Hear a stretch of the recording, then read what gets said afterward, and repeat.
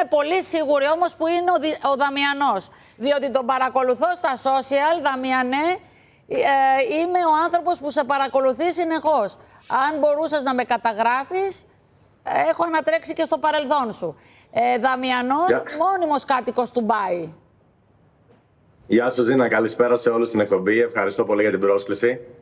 Και δεν ήξερα ότι με παρακολουθείς. Βέβαια σε παρακολουθώ, διότι του στέλνω και στα social. Ο φίλος μου με ενημέρωσε ότι δεν υπάρχει τίποτα στο Ντουμπάι. Σε έχω δει και στα κάμπριο αυτοκίνητα. Μπορείς να με τσεκάρεις για να δεις. Λοιπόν, εδώ το ζήτημα είναι και πρέπει να τα δούμε τα πράγματα με τη σειρά. Γιατί υπάρχουν άνθρωποι που φοβούνται και είσαι κι εσύ ένας άνθρωπος που βγαίνεις και λες τίποτα δεν υπάρχει. Δείτε, παιδιά, εδώ μια χαρά είναι όλα. Ο κόσμος έχει βγει στους δρόμους και είναι όλα καλά. Είναι αυτό όμως. Αυτό είναι το ζήτημα. Ή μας το παρουσιάζεις έτσι, Δαμιανέ, γιατί σε είδα να τηλεφωνείς και στο Sky. Για να δεις πόσο ενημερωμένη είμαι. Τους πήρες εκεί, τους έβγαλες στο τηλέφωνο και τους λες Sky, εδώ πότε θα βγω να μιλήσω. Και δίθεν μου δεν σε έβγαλαν ποτέ, Δαμιανέ. Είδες. Ενώ το Star σε βγάζει. Όλα τα ξέρεις. Όλα τα ξέρεις. Λοιπόν, αυτό έγινε χθες το βράδυ.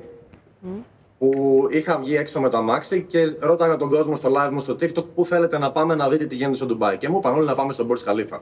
Πήγα στον Burj Khalifa, φώναξα για κάτι φιλαράκι για να μην είμαι μόνος μου και βαριέμαι. Παραγγείλαμε ναργιλέδες, αράξαμε εκεί και συνεχίζαμε το live μας.